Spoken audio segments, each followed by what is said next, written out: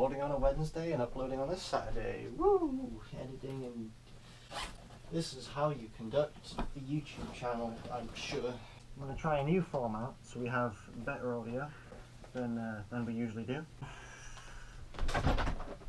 Hello everyone. Alright, this seems to be a fashionable thing to do in commentary videos. Alright, so let's do this without a microphone test because it seems to be very popular to walk around with a microphone during commentary videos. So I've got some news about the past week or month, maybe. I don't know, I haven't exactly checked the time on some of these. However, I can tell you that one of them was from 4 days ago and one was from a week ago, which I guarantee you have all probably heard of. Okay, let's get this off screen. Where's my sources? Okay, so from the past week, I want to die, and let me show you why. Okay, so there have been content claims on ImAllexx's content. So ImAllexx done a video against Curtis Lepore. Curtis Lepore is a Viner, or rather was a Viner when Vine was relevant. Now he goes around on YouTube vlogging, and ImAllexx decided to make a video on him, and he also brought up something from Curtis's past with another Viner, another Vine star called Jessie Smiles, I believe she's called, and that is rape claim which was put against him, which isn't something that you take lightly. It's something which you look into and research, which is what I've done using TMZ, which seems to be gradually getting to be more of a reliable, less biased news source. However, how can you trust any news source nowadays? You just kind of have to take it all with a grain of salt, really. So what I'm going to put on the screen are extracts from the article itself, which explain the position of both of the Viners. It's not a great deal of information, but it's enough to know what's going on. Here it is, we got it on screen. So Jessie flew to see Curtis in LA last August, which is last year, 2017. So Jessie was recording a video alongside Curtis, we can assume, and she had actually gotten herself a concussion in recording said Vine. This of course meant that she felt probably tired because it's a concussion.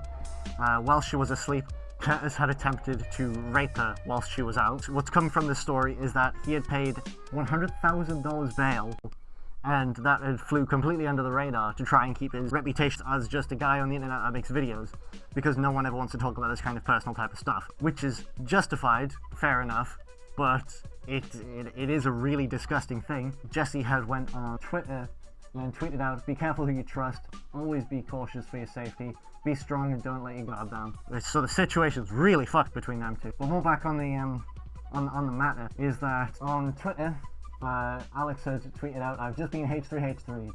Curtis Lepore, Instagram's unfunny comedian. The content, audio, visual content manually detected, manually detected, manually detected." So there's 3 right there. The policy is monetized by copyright owner, which would be Curtis, because he had shown Vines and he had showed examples of what Curtis releases on the internet.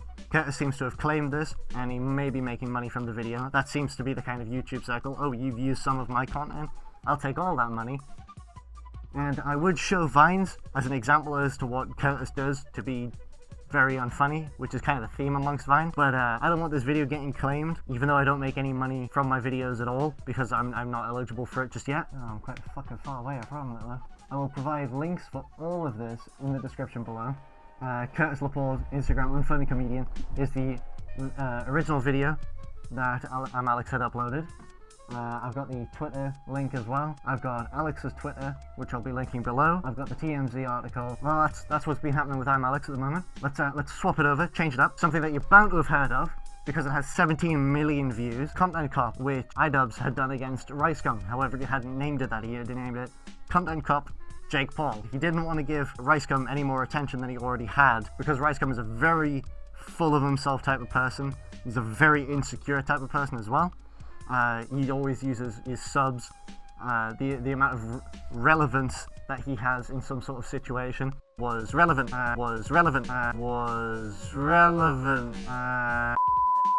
to brag about what he currently has and to flex on the haters, even though the people that he inspires to go and get these clothings are fans of Ricegum.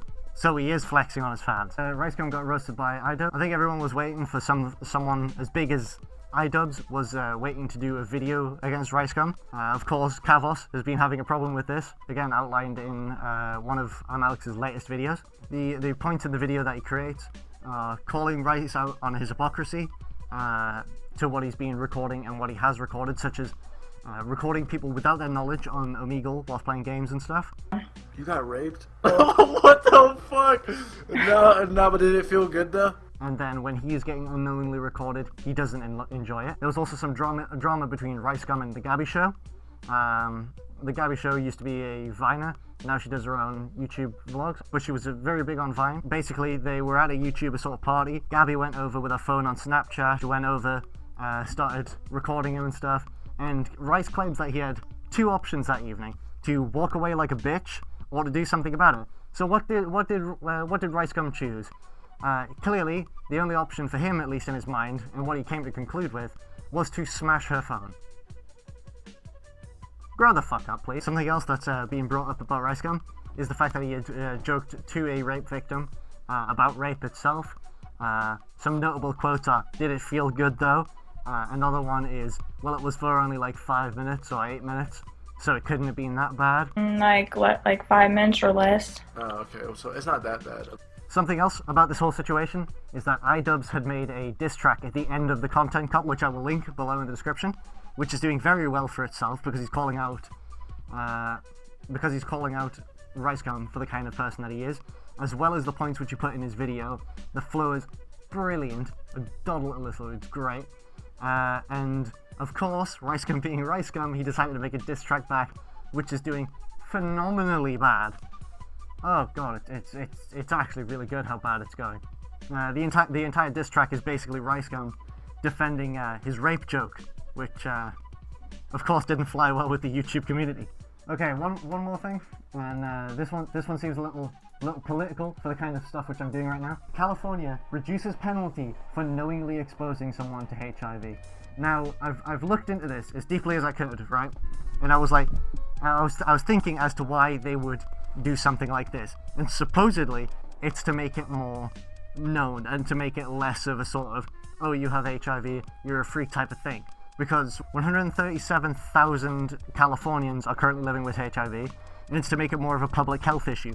Personally, when you read through the article and you pick out some quotes from it, as I have done, you will not see the justification at all, by any means, I guarantee. Just to quote, okay, so Governor Jerry Brown signed a bill that also covers blood donors who do not disclose to a blood bank that they are HIV positive. This is a potentially life-threatening virus that you are knowingly infecting someone with, which has been changed from a felon to a misdemeanor. And for those of you that don't know the difference between a felon and a misdemeanor, a felon is a crime used in the US and several other judicial systems as a more serious than a misdemeanor. So already you know that a felony is a crime. So what is a misdemeanor? A misdemeanor is defined as a minor wrongdoing. There's something a little more of a minor wrongdoing when you think of it in the sense that I am, which is, could you imagine being on a donors list? And it's not for blood, right? Say that you could give organs as well. I'm not sure if they've mentioned this with organs, but could you imagine being on the waiting list and being like, you finally get that kidney that you really wanted, and you're like, yay, now my kidneys can function. Fuck, I got AIDS. It's mind-blowing. It really is. Oh dear. Especially if you live somewhere in like the United States where healthcare isn't as readily available if you don't have the funds for it because you need medication for that type of things. And in America, you have to pay for it. Whereas in the UK, it all comes through taxes, which fund the NHS, which is a free health service which they will not leave you alone unless you are well again. Thank fuck for the NHS. So the way that they try and justify it is by saying, today, California took a major step towards treating HIV as a public health issue instead of treating people living with HIV as criminals. Now, I would disagree with this completely. I don't live in California, but I highly doubt they're treated like criminal. I would certainly agree that they may be avoided and such, but to make this the solution is fucking stupid. Oh, people are looking down at criminals? Why don't we just release them? You know, they're just like me and you. They're just flesh and blood. Maybe they've done some bad things in their time. Not saying that people with HIV have, but, you know, they're people. They're going to be released back into the public anyways. Why not start early? Oh, it's fucking stupid. Jerry Brown, you fucking moron. I really have no idea why anyone would sign this. Come on, Callie, what are you doing? In conclusion of all of these things, I think it's pretty solid what my opinion is.